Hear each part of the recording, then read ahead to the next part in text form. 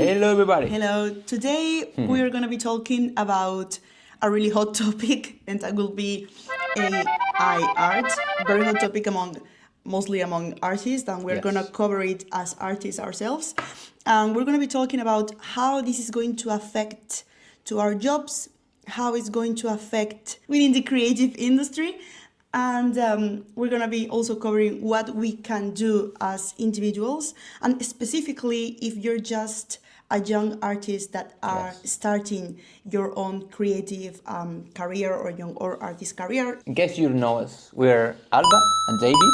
We're visual artists, and we've been working in the creative industry like for the last 10 years, More or less. mostly in animation, video games, Card games. card games, editorial design, comics, like a little Everything. bit I of think everything. Yeah. We've been in everywhere. Yes, and big and small companies. Okay, so at this point, everybody knows what is AI, what AI is doing in the field of art, and I think everybody was thinking that this should be affecting our job, our professional environment, like in 3 or 4 years. But suddenly, we started hearing about people losing their jobs, entire work teams getting fired.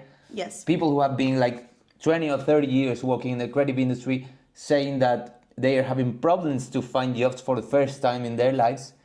So it seems like it's already happening. Like And it's a real It's problem. here. Let's be Yes. honest. It's a real problem because some people is like, no, blah, blah, blah. There's a lot of it's division. officially happening. There's a lot of opinions, but Yes. it's a real problem. And That's for sure. I think if a 15 years old person asked me, should I be an artist in the future? Like my answer 2 or 3 years ago should have been very different from my answer now, because this is a serious thing that I think is going to transform our professional environment like forever.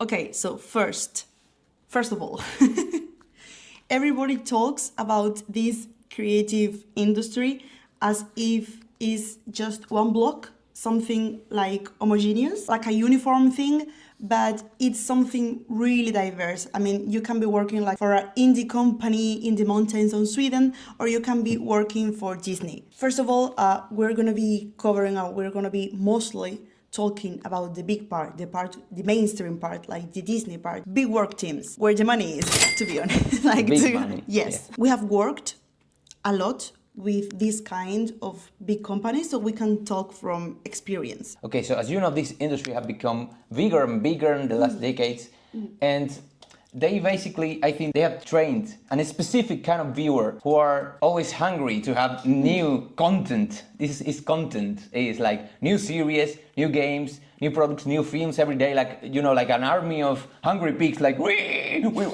want more, and they are like watching Netflix every day.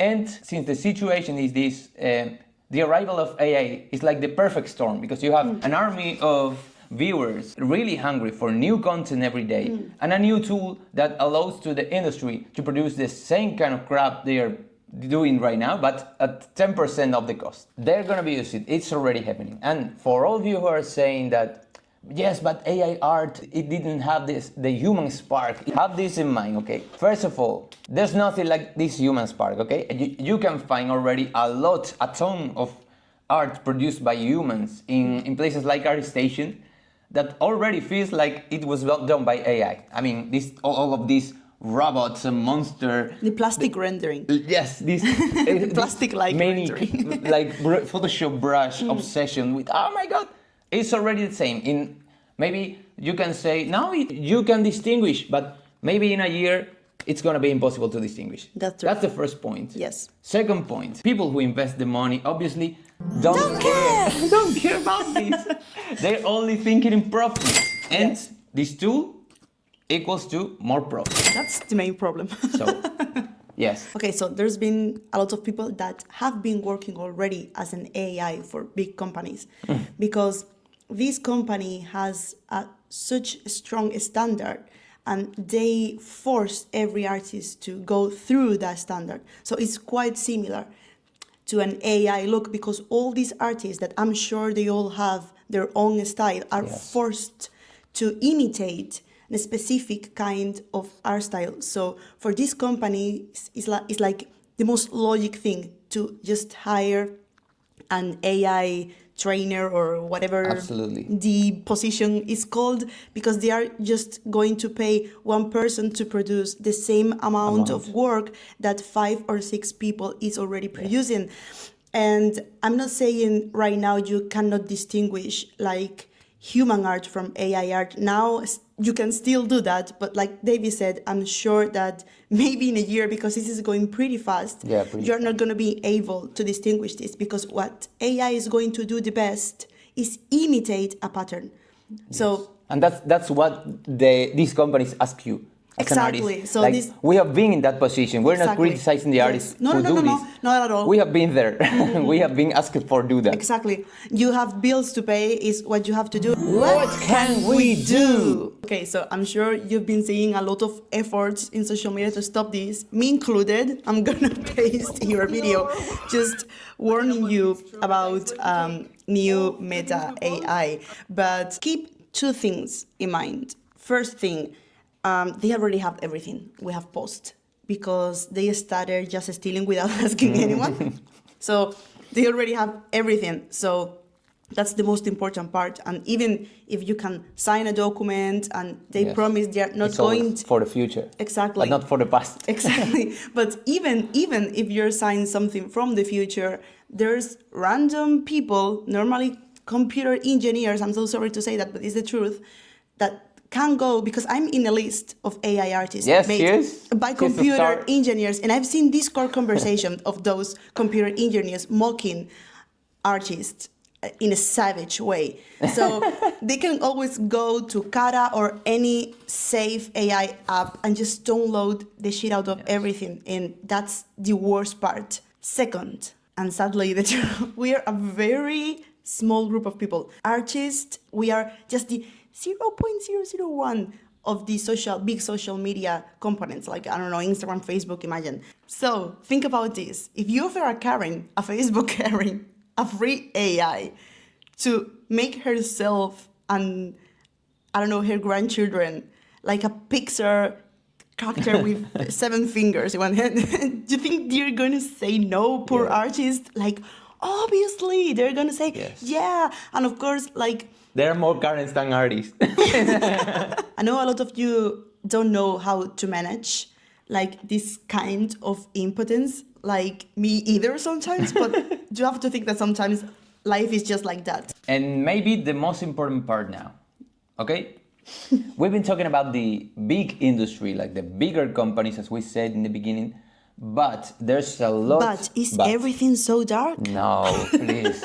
There's a lot of different options that an artist can choose to make a living, okay? There's a lot of jobs that they're gonna be replaced, that's for sure. But you have to keep this in mind. There's still life outside those offices. And what's the key? And that's maybe the most important part of the video to me. Yes. Yep. Mm-hmm. The key would be that there's a specific kind of artistic product that includes the author as part of the product, okay? Exactly. That's this is the important thing. And this kind of product maybe represent a tiny percentage of the whole entertainment industry, but it's still there. For example, we've been in France a lot of times, in French comic conventions, and that's a really obvious example of this, because when they offer a product, when they offer you a book, the author is part of the book, and you're in the convention and you're seeing a long queue of people waiting to have their books signed because they follow the author, they know them, and they are like... They are connected with them. The thing is, if you take the author out of the product, nobody is going to buy the product. I mean, I'm sure if a French publisher publishes a comic book done by AI, nobody is going to buy that. They are going to burn it in the streets, okay? For sure. They're going to start a riot. Specifically French people, I'm sure. Even in the American market, in the comic market, which is way more industrial, because you know you have the script, the pencils done by a person, ink another person, color is like a productive chain. Even there, I think people have their favorite artists, like, I don't know, John Romita, Jim Lee. They follow the artist and they consider the author like a part of the book, okay? Okay, so more examples of artists that are going, obviously, to survive AI. Traditional artists. People love traditional art. People love to collect traditional pieces because they have been made themselves by the artists with their hands, so they have around this aura